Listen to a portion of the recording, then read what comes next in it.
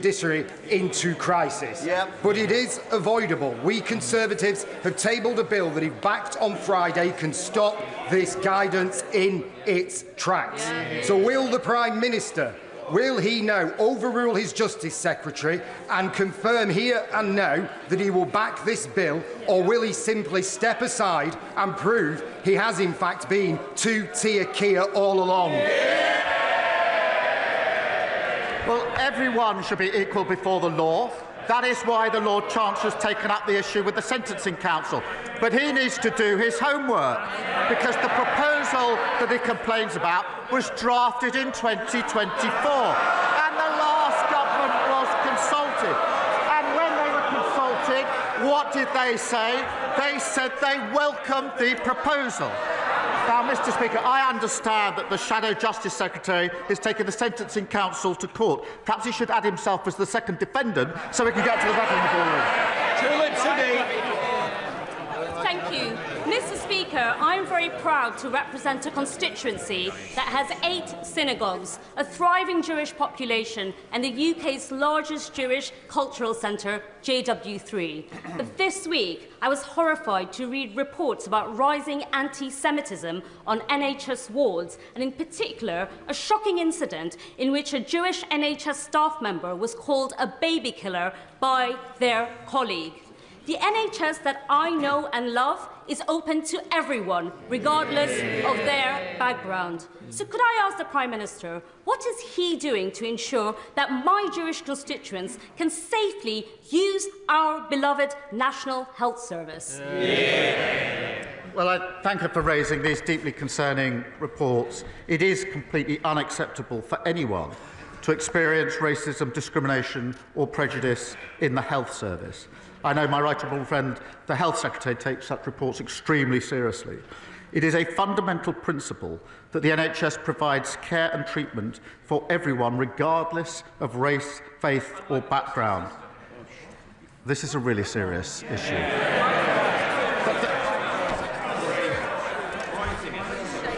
You've let yourself down, you know it.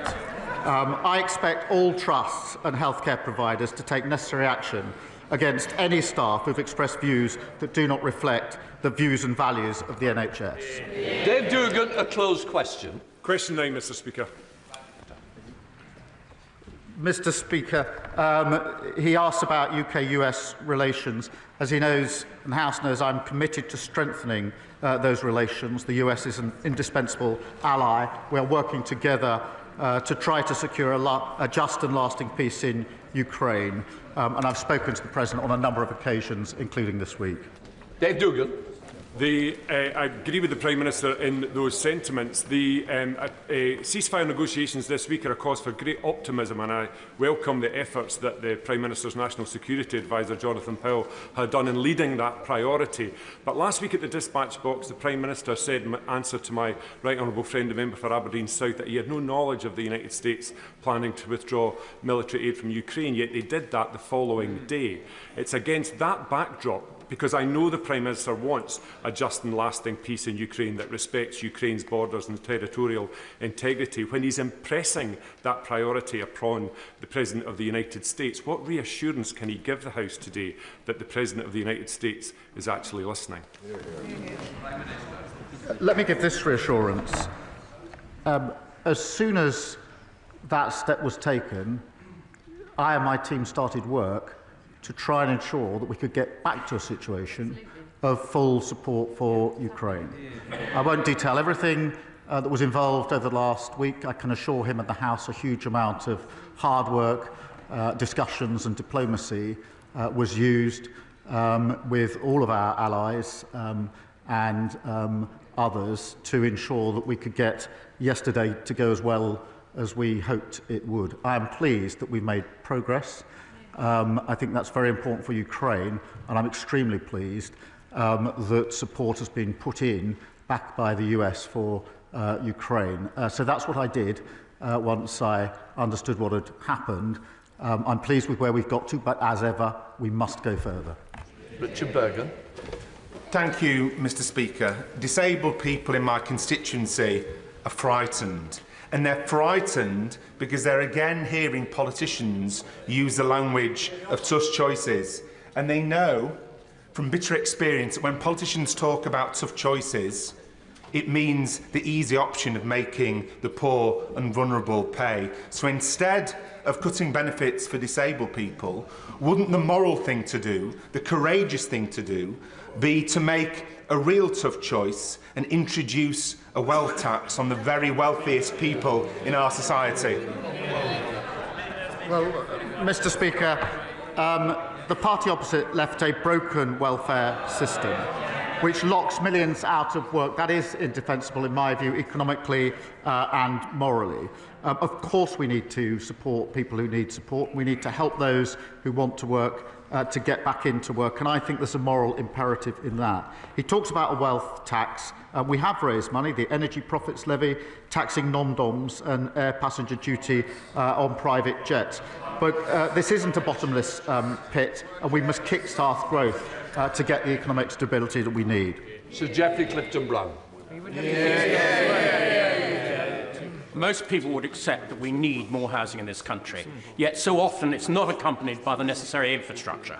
In my own constituency, thousands of houses are proposed, yet without the 250 million to upgrade Junction 12 of the M5, the inspector is likely to rule our plan unsound. So will the Prime Minister use his upcoming planning and infrastructure bill to see how developer and landowner contributions can more effectively build this vitally needed infrastructure which would benefit communities up and down the country? Well, he's right. We have to get the houses built that we need in his constituency and elsewhere, something that the party opposite failed to do. That's why we've introduced the infrastructure bill, which I think he welcomes, and that bill will get Britain building so we can deliver on those 1.5 million new homes through our plan for change. In relation to the particular issue he raises, I know that he and my honourable friend, the member for Stroud, have been working together to try to resolve this issue as I understand it, and I'm happy to ensure he gets a meeting with the relevant minister if that would help in taking it further. Sir Jean Joseph. Thank you, Mr. Speaker. Can I commend this Labour government's landmark reforms to get Britain building through our plan for change? Yes. I look forward to working with ministers to ensure developers deliver on what they promise to local residents, so that new homes also have access to roads, GP surgeries and dentists, and don't create an extra burden on hospitals like the William Harvey Hospital in my Ashford constituency. What is the Prime Minister's message to the blockers standing in the way of the homes and vital infrastructure our country needs? Well, he's a dedicated campaigner for his constituents. Well, we know who's been standing in the way for the past 14 years. It's the party opposite, and they've learned absolutely nothing. The leader of the opposition claims that she's never opposed growth or development. That's not what she's telling her constituents, Mr. Speaker. Only last month she wrote in her newsletter that she'll keep working with Conservative colleagues to block a vital energy infrastructure project in her own backyard. She's not alone. The Shadow Foreign Secretary, Shadow Defence Secretary, Shadow DEFRA, they're all at it. What a bunch of blockers.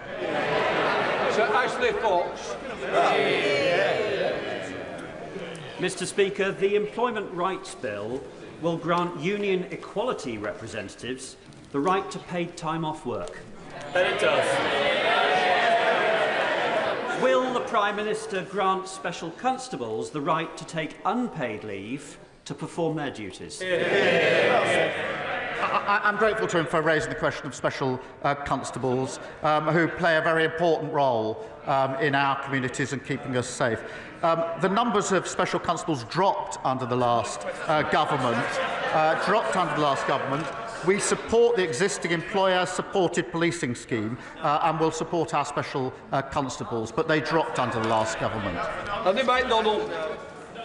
Thank you, Mr. Speaker. Long time. I recently visited Middlesbrough's James Cook University Hospital and learned of the brilliant work in the neurosciences department for the survivors of stroke, brain and spinal injuries and many others. But it only has 18 rehabilitation beds to serve a population of some 1.4 million people, whereas the guidelines say it needs 80 beds, meaning that patients in the Tees Valley do not get the rehabilitation they need. So will the government remedy the position by ensuring that resources are allocated to meet the ambition to develop a world-class neurorehabilitation centre to serve the Tees Valley and beyond? Well, I thank him for his question. It is important to hear about the important work that James Cook Hospital is doing in his constituency. We are investing £350,000 in research on interventions which support people with functional neurological disorders to rehabilitate them within the community. And of course our Plan for Change invested £25 billion to cut waiting lists, speed up treatment and shift more care into the community. In relation to the hospital, I'll make sure he gets a meeting with the Minister to see what further can be done. Sir John Whittington.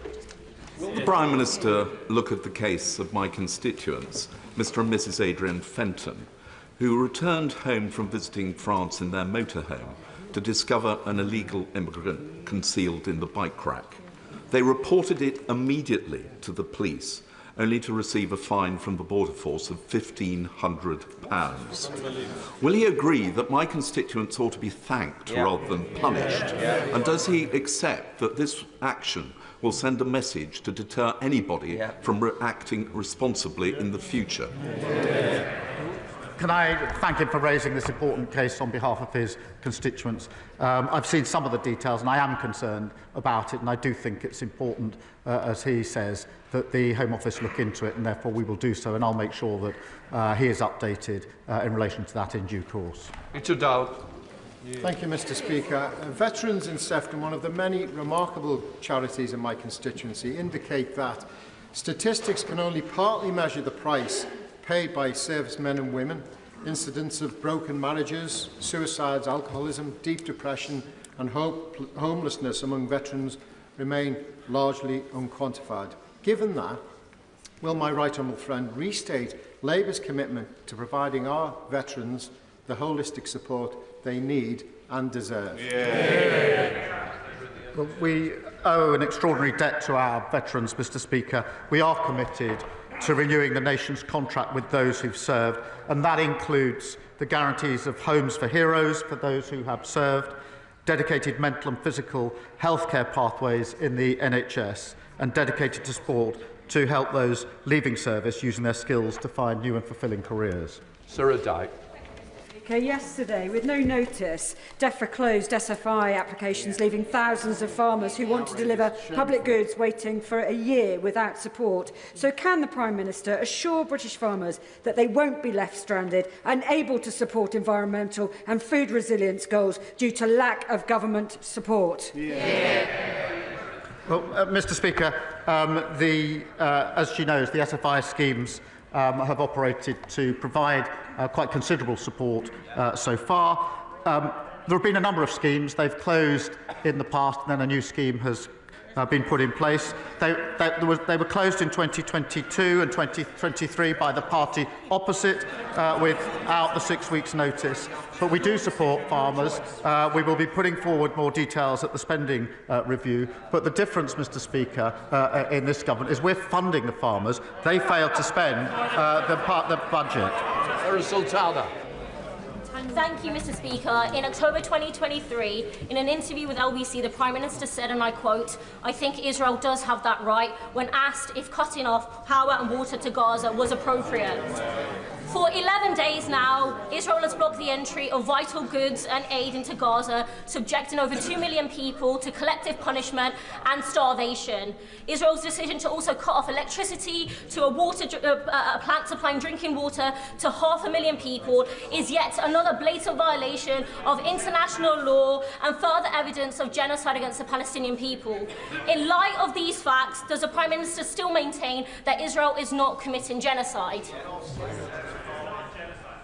Look, I'm really appalled by Israel blocking aid when it is needed at greater volume and speed than it's ever been needed. Blocking goods and supplies and power entering Gaza risks breaching international humanitarian law, and it shouldn't be happening. And we are doing everything we can to alleviate that situation. Sir Julian Lewis. Thank you, Mr Speaker. In his extremely important upcoming discussions with other nations about Ukraine, will the Prime Minister focus on the fact that it was standard Russian procedure to take over other countries by having bogus elections and installing puppet governments? And will he therefore impress on other colleagues to be very wary of calls to hold elections in Ukraine during a wartime situation, which could result in the subversion and takeover by Russia of the entire country? I thank him for raising a really important point, and the track record is there for all to see. On top of that, of course, we in this country did not hold elections when we were at war. That is a perfectly reasonable and normal course of behaviour. And yes, of course, that has to be part of our discussions as we go forward, including the meeting that I'm convening on Saturday. Lord Hatton. Thank you, Mr. Speaker. South Dorset is ready to play its part, making Britain a clean energy superpower. But after 14 years of Conservative failure, there are many untapped opportunities on our doorstep. Green investment opportunities such as Port Wind, Moor Wind and a hydrogen storage hub are all coming down the track. So can the Prime Minister reassure my constituents that the Government will work with the Crown Court on these projects, invest in key infrastructure and ensure that South Dorset's green energy potential is hardwired into our plan for change? Well, I thank him. He's absolutely right about making Britain a clean energy superpower. We are committing £2.3 billion to support hydrogen projects, and I recognise the huge potential of South Dorset to become home to a storage hub. We're ensuring public and private investment works together, and that's exactly what the Crown Estate Act does, unlocking significant investment, boosting offshore wind and kick-starting economic growth. Andrew Rossendale. Thank you, Mr. Speaker. As the Leader of the Opposition has already mentioned, later today the Prime Minister will meet the family of our dear late colleague, Sir David Amess, who was so brutally murdered at his constituency surgery 3.5 years ago.